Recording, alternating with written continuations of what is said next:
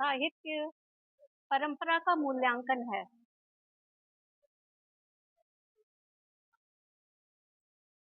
साहित्य आलो साहित्य परंपरा का मूल्यांकन है, परंपरा का विनाश नहीं। आलोचना के क्षेत्र में इन्होंने जो काम किया वो साहित्य को उसकी सही ऐतिहासिक और सामाजिक चेतना के साथ समझना है। वर्ष 2026 हिंदी साहित्य के इतिहास में एक ऐतिहासिक पड़ाव है। हिंदी के युगांत हस्ताक्षर, शीर्ष स्तंभ और अप्रतिम वक्ता डॉक्टर नामवर सिंह का जन्म शताब्दी वर्ष 2026 उत्तर प्रदेश के चंदौली जिले के जयनगर गांव में जन्मे नामवर सिंह ने हिंदी आलोचना को केवल एक अकादमिक विधा के रूप में नहीं देखा, बल्कि उसे समाज, संस्कृति और राजनीति के साथ जोड़कर जन संवाद का माध्यम दिया। अब जन संवाद का माध्यम देने का इनका एक कारण था।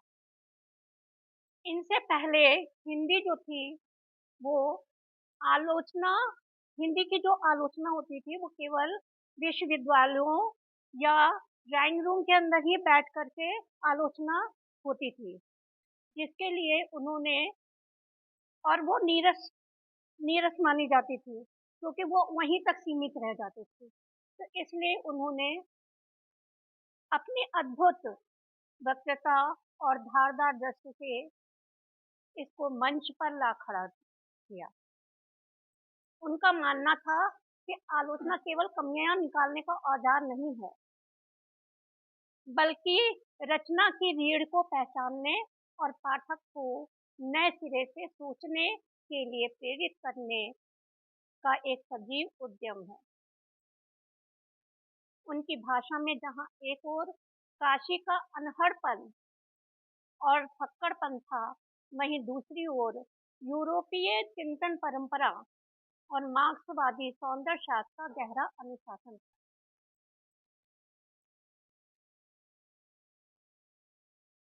इन्होंने जो कृतियां लिखी उनमें मुख्य रूप से दो कृतियां इनकी ज्यादा प्रसिद्ध रही, जिनमें पहली थी कविता के नए प्रतिमान। ये इनकी सर्वाधिक चर्चित, क्रांतिकारी और मील का पत्थर मानी जाने वाली कृति है, जो 1968 में प्रकाशित हुई थी और 1971 में इन्हें साहित्य अकादमी पुरस्कार से सम्मानित किया गया था। अगर हम इन सरल शब्दों में कहें तो कविता के नए प्रतिमान हिंदी आधुनिक कविता, मतलब उस समय नई कविता और प्रयोगवाद को परखने और उसका मूल्यांकन करने के नए मानदंड थे। अब ये पुस्तक क्यों लिखी गई, ये भी इसका एक ऐतिहासिक पृष्ठभूमि है। इस पर 1950 और 60 के दशक में जब अज्ञेय, मुक्तिबोध, रघुवीर सहाय और सर्वेश्वर दयाल सक्सेना जैसे कवि नई कविता लिख रहे थे, तब पुराने आलोचक पारंपरिक रस शास्त्र जैसे श्रृंगार और करुण रस, छंद और अलंकार के पुराने मानदंडों पर इन कविताओं को नकारते थे। उनकी रचनाओं, मतलब उस समय की जो रचनाएं लिखी जाती थी उनको मना कर देते थे।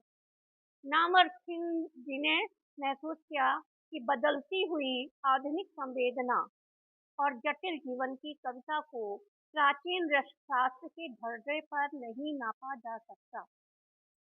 नई कविता के लिए नए प्रतिमान चाहिए। उनकी अवधारणाएं थी कि रस सिद्धांत की जगह तनाव और द्वंद्व का प्रतिमान। सौंदर्य शास्त्र, पुराना सौंदर्य शास्त्र शांति या आनंद की बात करता था, नामवर जी ने कहा कि आधुनिक कविता का मुख्य तत्व तनाव, द्वंद्व और असंतोष है।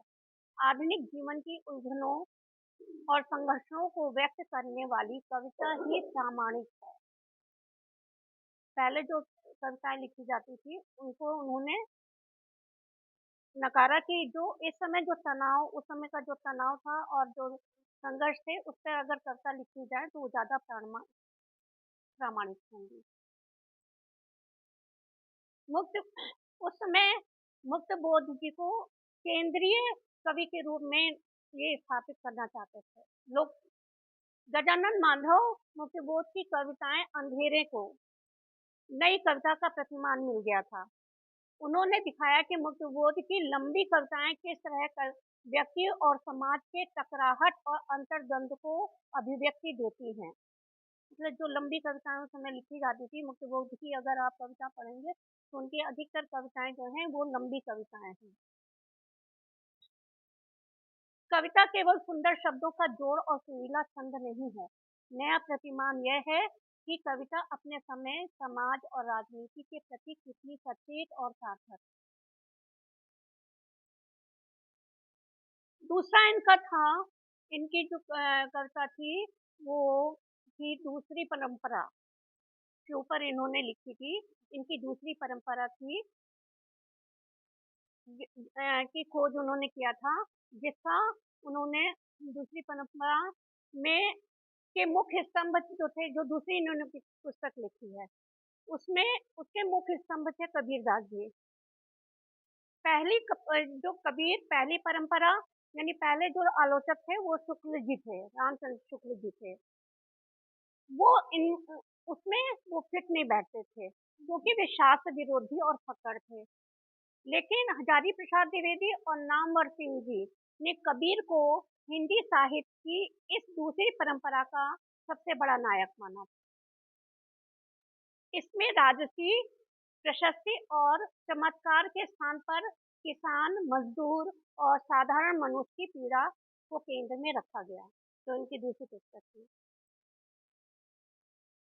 ये परंपरा सिद्धनाथों से शुरू होकर, अब सिद्धनाथों जो उस समय जैन साहित्य और बौद्ध धर्म के जो कविताएं थी, जैन सिद्ध के जो कविताएं थी उस समय जो लिखे गए थे अशोक और उन समय के समय में, तो भक्ति आंदोलन के लोक कवियों और आधुनिक काल में मुक्तिबोध व नागार्जुन जैसे कवियों तक निरंतर प्रवाहित होती है।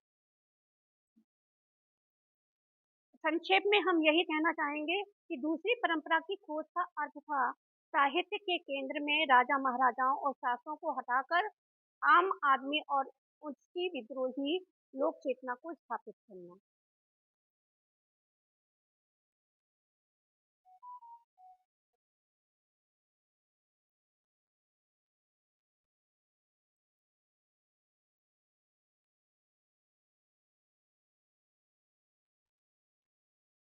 दूसरी परंपरा की खोज लिखकर उन्होंने ये साबित किया कि भारत की असली ताकत उसकी शास्त्रीयता में नहीं बल्कि कबीर और तुलसी जैसी लोक परंपरा में निहित है।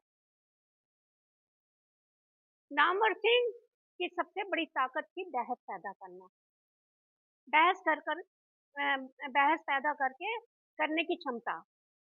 वे मानते थे जिस साहित्य में विवाद बंद हो जाते हैं वो साहित्य मत प्राण हो जाता है। उन्होंने हमेशा नए लेखकों को उकसाया, उन्हें चुनौती दी और उनसे संवाद किया।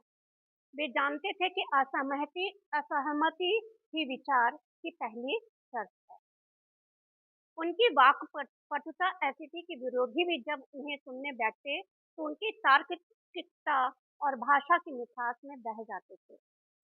उनके भाषणों में एक जादुई सम्मोहन था जहां पांडित्य और व्यंग का एक अद्भुत मिश्रण देखने को मिलता है। आज नामवर जी की प्रासंगिकता क्यों है? आज जब हम शताब्दी वर्ष में खड़े हैं तब सवाल उठता है कि हम नामवर जी को क्यों याद करें? तो इसका उत्तर स्पष्ट है कि सांस्कृतिक संवाद के लिए। आज का दौर आज के दौर में जहां संवाद कम और शोर ज्यादा हो गया है, वहां नामवर जी की याद हमें सिखाती है कि असहमति का भी एक सभ्यता मूलक भाषा होता है।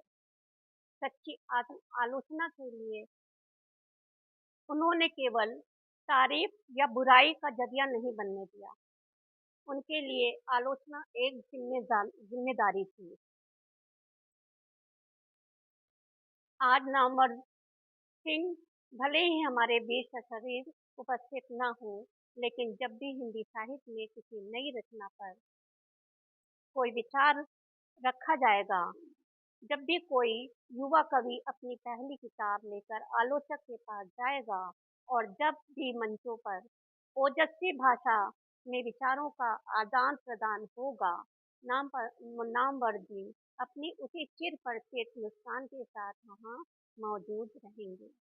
आइए इस शताब्दी वर्ष में हम केवल उनके नाम का जयकारा न लगाएं, बल्कि उनकी उस चेतना को जीवित रखें जो हर सत्ता, हर ढोंग और हर कूप मंडुकता से सवाल पूछने का साहस देती है।